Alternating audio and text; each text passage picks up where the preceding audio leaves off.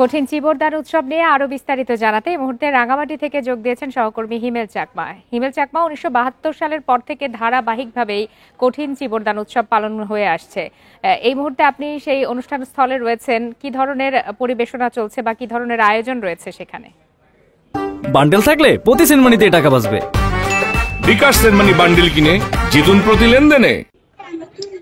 আসলে এই রাঙামাটি রাজবন বিহারের যে আমি যদি বলি যে 49তম যে কঠিন চিবরদানের যে আয়োজনটা, এটা বিকাল 3টা নাগাদ এখানে বেনগর উদ্বোধন প্লাস এই যে সরকার মাধ্যমে চুলা থেকে সুতা কেটে যে বিন বনন কার্যক্রম সেটা উদ্বোধন হয়ে গেছে।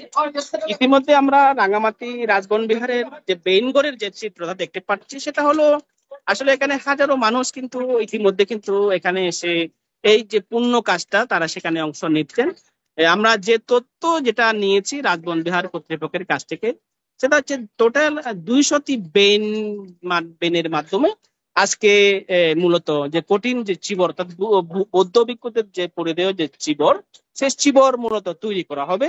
সেক্ষেত্রে বলা হচ্ছে যে এখানে প্রায় 1000-এর অধিক নারী, যারা এখানকার পাহাড়ে যে নারী, তারা এখানে এই বেন বুনবেন এবং বেন বুনে সেটা আগামী কাল 2টার মধ্যে সেটা তারা ভিক্ষু সংঘকে দান করবেন।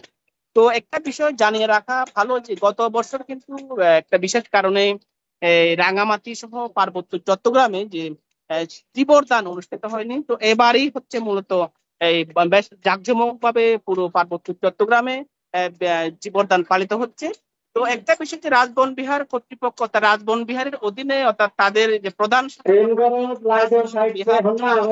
তো সেক্ষেত্রে যদি বলি যে আসলে যে এখানে প্রচুর পরিমাণে মানুষ প্রচুর পরিমাণে যে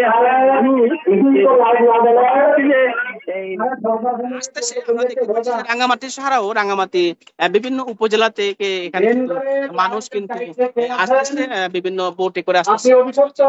এই যে রাঙ্গামাটির বাইরে চট্টগ্রামের এলাকা থেকে আমরা দেখতে পাচ্ছি।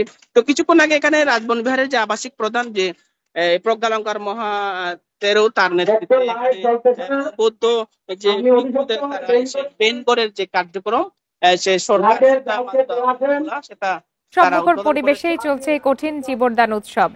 হিমেল চাকমা, আপনাকে অসংখ্য ধন্যবাদ।